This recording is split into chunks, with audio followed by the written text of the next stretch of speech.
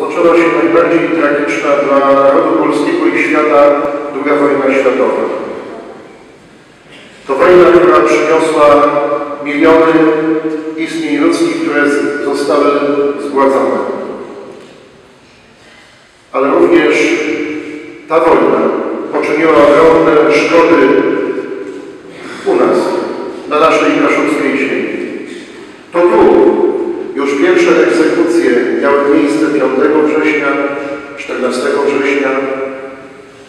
We wrześniu i w najbliższych miesiącach w kartuskich lasach nieopodal Kalisk zostało zamordowanych ponad 329 Kaszubów.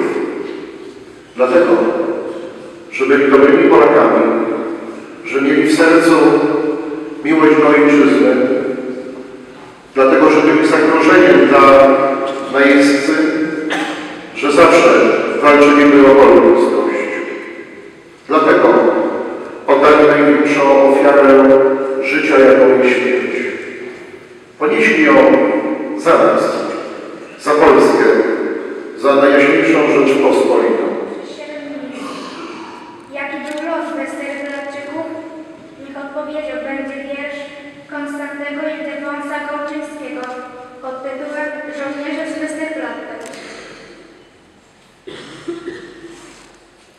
Kiedy się dopełniły dni i przyszło zginąć latem, prosto do nieba czwórkami szli żołnierze z Westerplatte, ale to było piękne tego roku.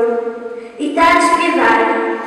Ach, to nic, że tak bolą rany, bo jakże słodko teraz iść na te niebiańskie polany. A na ziemi tego roku było tyle wrzosu na bukiety. W Gdańsku staliśmy tak jak mur, gwiżdżąc na szwabską armatę. Teraz nosimy się wśród mur, żołnierze z Westerplatte.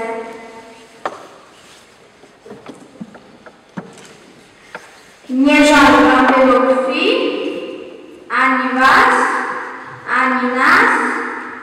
Jedno było, ojczyzna zalana krwi szkarłatem.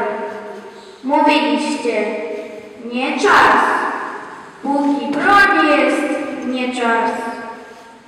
Do ostatniego tchu broni się Westerplatte.